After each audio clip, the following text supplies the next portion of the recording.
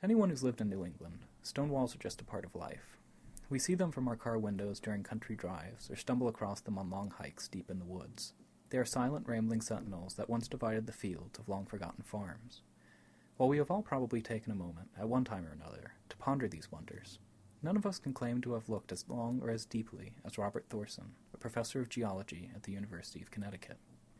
As a geologist, one might think that Thorson's interest in stone walls would begin and end with what they're made of.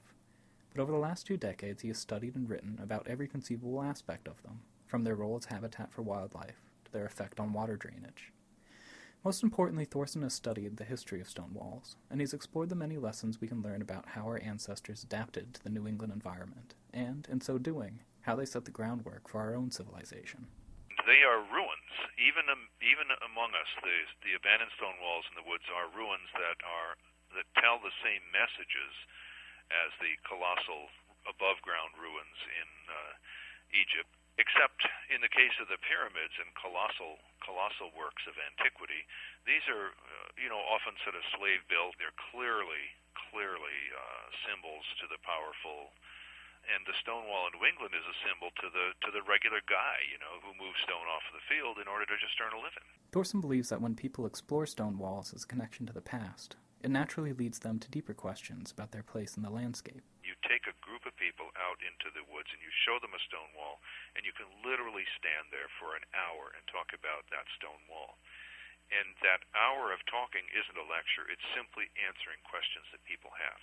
In front of a wall, they see things and they ask about them. The shape of the stone, the size of the stone, the placement of the stone, the raggedness of the top, the sharpness of the corner. I mean, the questions just keep coming and coming and coming, and I know what's going on there.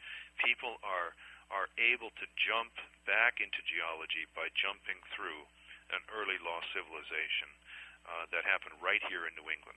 Despite the attention Thorson has generated with his work, and the seemingly universal agreement on the beauty of New England stone walls, these artifacts are slowly being erased from our countryside, bit by bit. I think the greatest threat to stone walls is not recognizing them as artifacts of that earlier age. You can take a front-end loader to a wall that took 2 centuries to build and which contains a lot of personal history, and you can basically put that in the back of a dump truck in about 5 minutes. Many stone walls are being cannibalized for use in the building of designer homes across the country. The romantic, weathered appearance of these stones makes them a hot commodity in the construction industry, but by using them in this way, they destroy real history in the pursuit of making something new look historic. Whenever you do that, you're converting archaeology into architecture. And I think, yes, there's a gain with architecture, and yes, we need to honor the stonemason's tradition. But I think that we need also to pay attention to the archaeology that's being lost, not only for the present era, but for the future. Through his books and his online group, the Stonewall Initiative, Thorson is hoping to convince more and more people that the stone walls on their property are worth leaving as they are.